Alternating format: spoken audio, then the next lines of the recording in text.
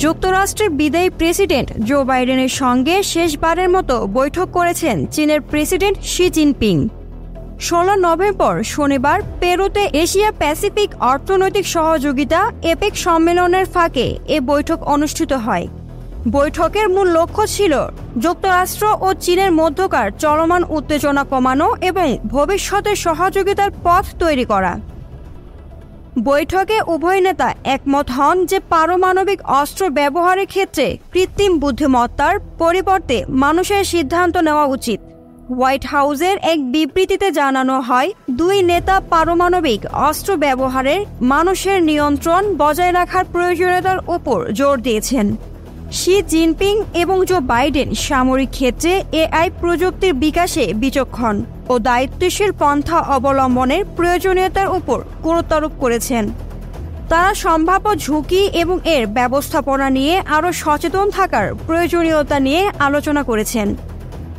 বৈঠকে চীনের president Xi Jinping যুক্তরাষ্ট্রকে তাইওয়ান ইস্যুতে বেইজিংয়ের লাল লাইন অতিক্রম না করার বিষয়ে সতর্ক করেছেন।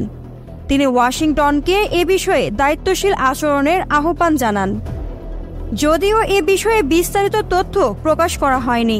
বৈঠকে শি জিনপিং যুক্তরাষ্ট্রের নতুন প্রেসিডেন্ট ডোনাল্ড ট্রাম্পের প্রশাসনের সঙ্গে কাজ করার আগ্রহ প্রকাশ করেন।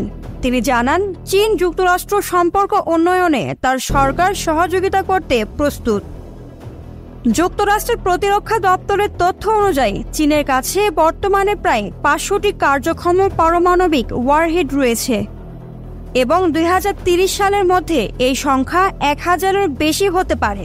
যদিও বৈঠকে এ বিষয়ে নির্দিষ্ট কোনো পদক্ষেপের ঘোষণা করা হয়নি, তবে ভবিষ্যতে আলোচনা চলতে পারে বলে ধারণা করা হচ্ছে।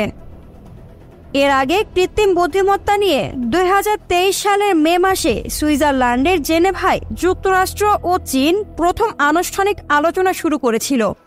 তবে পারমাণবিক অস্ত্র সম্পর্কিত বিষয়টি তখন আলোচনায় আসেনি বলে ধারণা করা হয়। বিশেষজ্ঞদের মতে শি জিনপিং এবং বাইডেনের এই বৈঠক সামগ্রিকভাবে দুই দেশের মধ্যকার উত্তেজনা কমানো একটি উদ্যোগ হিসেবে কাজ করতে পারে।